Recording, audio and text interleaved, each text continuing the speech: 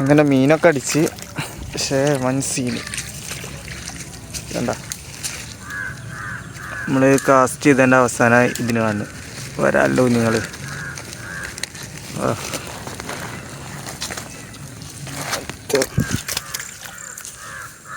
പൊക്കോട്ടെ.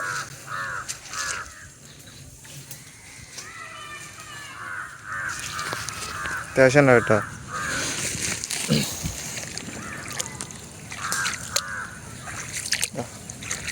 ഇത് കാരണം നമ്മൾ ഒഴിവാക്കി വിടുക.